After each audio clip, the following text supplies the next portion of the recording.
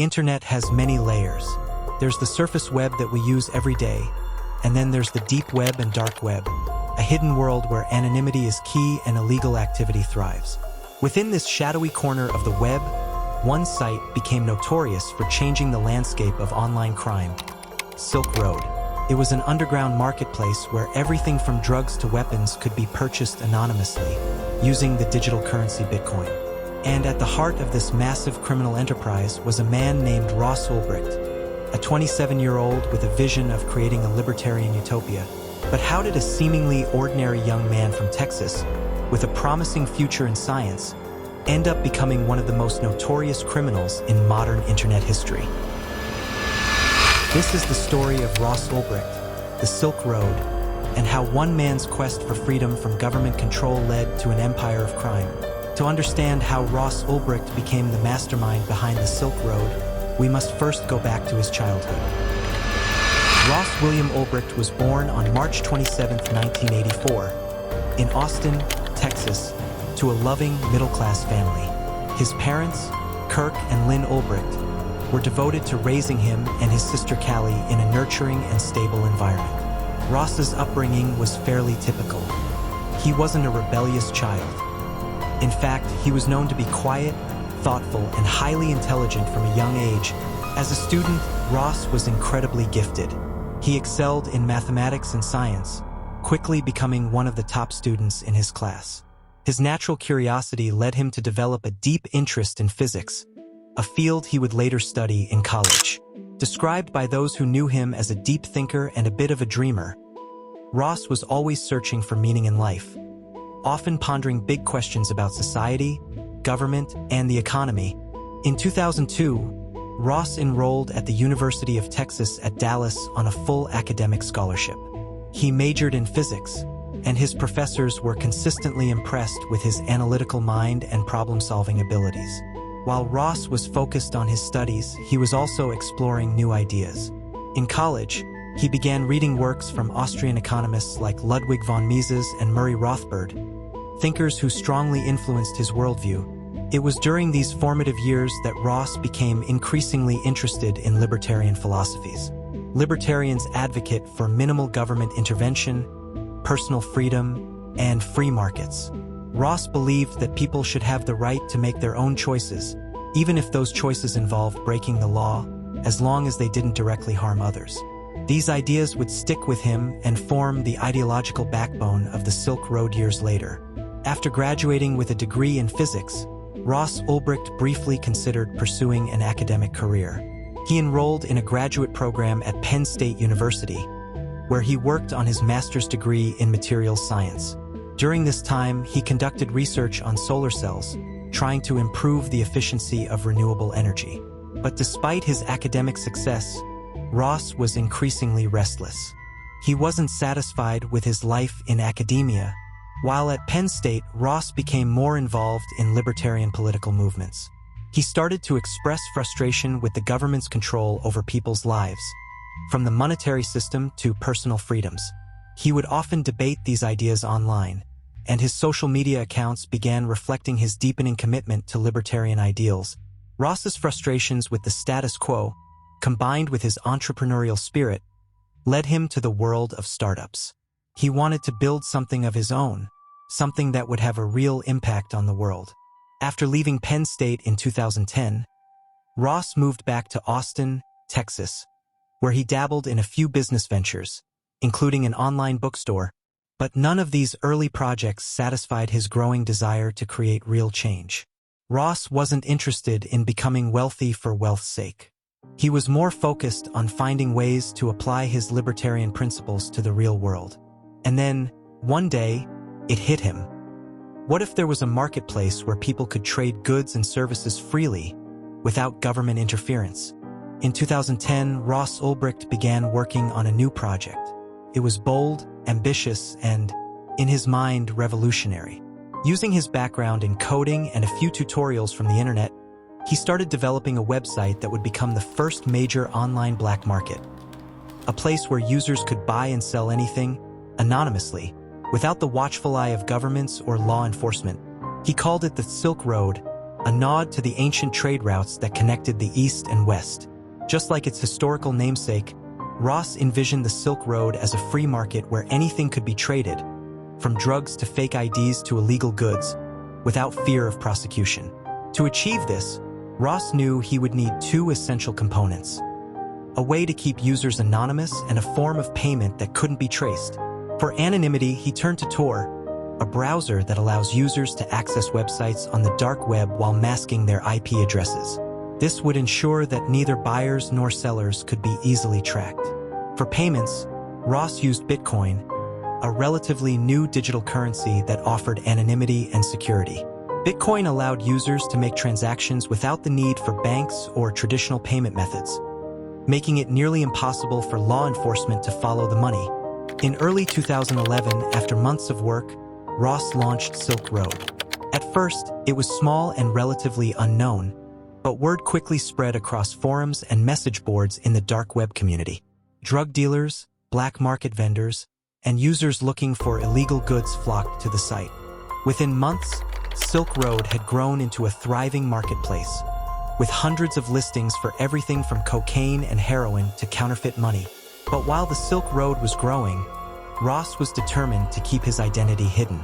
He adopted the pseudonym Dread Pirate Roberts, a reference to the character from The Princess Bride, who could pass his identity onto someone else. This created the illusion that the site's leadership was decentralized, and it helped throw law enforcement off his trail. As Silk Road's user base grew, so did its reputation. By 2012, it had become the go-to destination for buying illegal drugs online. Users could browse listings, read reviews from previous buyers, and place their orders with just a few clicks. Vendors on the site offered everything from marijuana and LSD to prescription medications and harder drugs like heroin and cocaine. But Silk Road wasn't just about drugs. It offered a variety of illegal services, including counterfeit documents, hacking tools, and even services like hitmen for hire. Though Ross Ulbricht later denied that he condoned or facilitated violence, the anonymity provided by Tor and the use of Bitcoin gave users a sense of security. To many, Silk Road seemed invincible, a place where they could conduct illegal business without fear of being caught. Vendors offered guarantees, and disputes were handled through the site's own system. Silk Road was essentially a self-contained economy, thriving in the darkest corners of the web. Ross, still hidden behind his Dread Pirate Roberts alias, was raking in money. At its peak, the site was generating hundreds of millions of dollars in transactions. But as the site grew, so did the attention of law enforcement. And then the attention of law enforcement turned to Silk Road. While Ross and many users felt that their anonymity was impenetrable, behind the scenes, agencies like the FBI, DEA, and Homeland Security were quietly watching. They were determined to bring down the site, but doing so wouldn't be easy.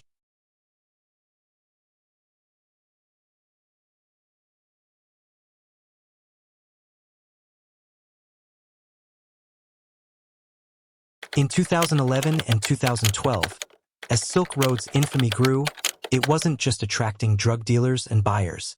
It was catching the attention of law enforcement agencies worldwide. For most users, Silk Road felt like an untouchable digital fortress. The use of Tor and Bitcoin made it nearly impossible to trace individual transactions or identify users. But law enforcement agencies, including the FBI, DEA, and the IRS, were determined to break through this veil of anonymity. The challenge facing law enforcement was enormous. Silk Road was hosted on the dark web, meaning it wasn't visible to traditional web browsers. Even more challenging, every communication and transaction was encrypted. But the authorities were relentless. Multiple agencies formed specialized cybercrime units focused solely on Silk Road. Undercover agents began posing as buyers and sellers, infiltrating the marketplace, gathering evidence one transaction at a time. One of the key breakthroughs came from tracking the flow of Bitcoin. Although Bitcoin itself is anonymous, the blockchain, which records every transaction, is publicly accessible. With the right tools, law enforcement agencies started piecing together patterns in Bitcoin transfers. They began to focus on a handful of users whose activity raised suspicion. But they still had no idea who Dread Pirate Roberts was, or how to catch him, Meanwhile, Ross Ulbricht was growing increasingly confident in his role as the leader of Silk Road.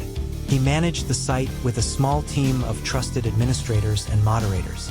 Behind the scenes, he kept up the persona of Dread Pirate Roberts, constantly engaging with the community and discussing his vision for a free market beyond the reach of governments.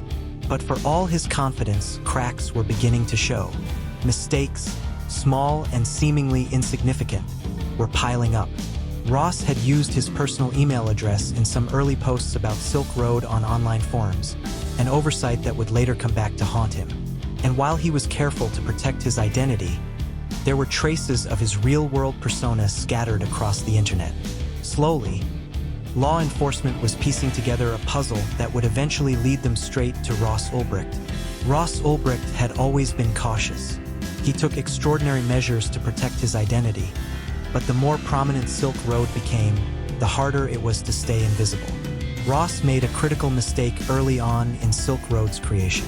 He had used his real name and personal email address on a public forum while promoting the site, a rookie error that would provide the FBI with an initial lead. It was a small clue, but it was enough to put Ross on their radar. As the months passed, Ross continued to operate Silk Road as Dread Pirate Roberts. But managing such a massive marketplace came with stress and paranoia. He moved frequently, hopping between locations and using various internet connections to avoid being tracked. He also took extra precautions when logging into the Silk Road servers, ensuring that he was never caught off guard. Despite his efforts, law enforcement was closing in. Undercover agents were already embedded within the Silk Road community, building trust and gathering information. At the same time, cybercrime experts were tracking Bitcoin transfers that they suspected were linked to Ross. But they still needed concrete evidence to tie him to Dread Pirate Roberts.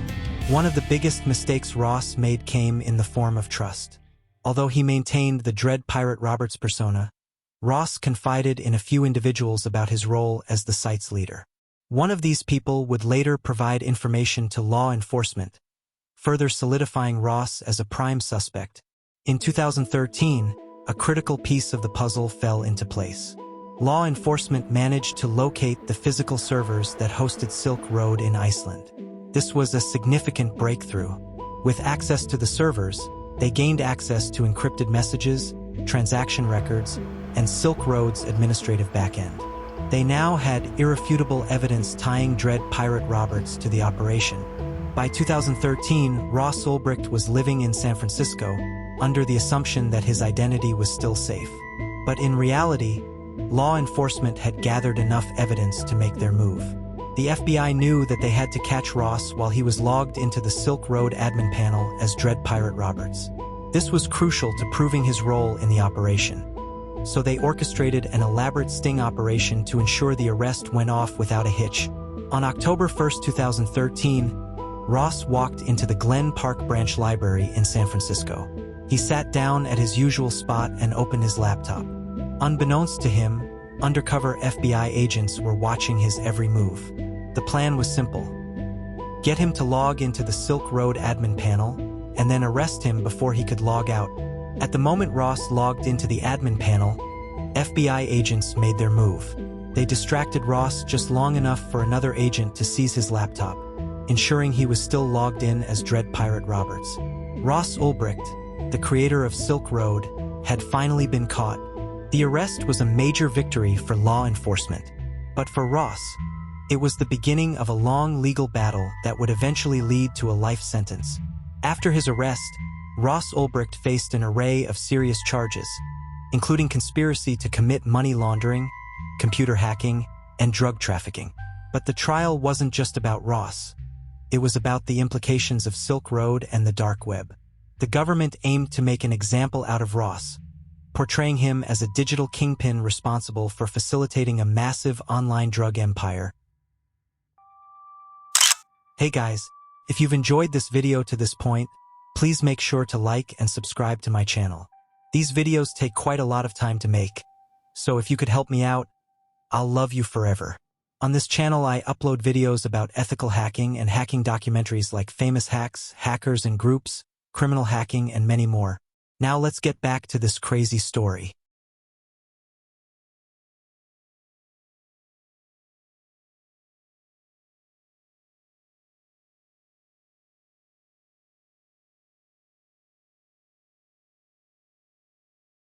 Ross Ulbricht's arrest sent shockwaves through the dark web community. The man who had once operated in complete anonymity was now facing public trial, and the world would soon learn the full extent of his involvement in Silk Road. The U.S. government brought a range of charges against him, including conspiracy to commit drug trafficking, computer hacking, and money laundering. But these charges didn't tell the whole story. For Ross, this trial was about more than just illegal activity. It was a battle over his libertarian ideals. The prosecution painted Ross as a criminal mastermind who created a dangerous platform that facilitated the sale of deadly drugs and illegal services. The evidence was overwhelming. Investigators had access to chat logs, transaction records, and even personal messages from Ross's laptop that outlined his role as Dread Pirate Roberts. One of the most damning pieces of evidence was a diary Ross had kept on his computer, documenting his journey from the creation of Silk Road to its rise as a multi-million-dollar black market. But Ross's defense argued that he was a scapegoat, a young idealist who had lost control of a platform that spiraled out of his hands. They contended that the true nature of Silk Road was distorted by the media, and that Ross had merely created a free market platform, not a criminal empire. Supporters of Ross, including family members, libertarians, and privacy advocates, believed that the government was making an example of him to send a message about the dangers of the dark web. The trial lasted just over a month, but the outcome was devastating for Ross. On February 4, 2015, he was found guilty on all charges. The judge handed down a sentence of life in prison without the possibility of parole, a harsh punishment that shocked many observers. For some, it was justice served.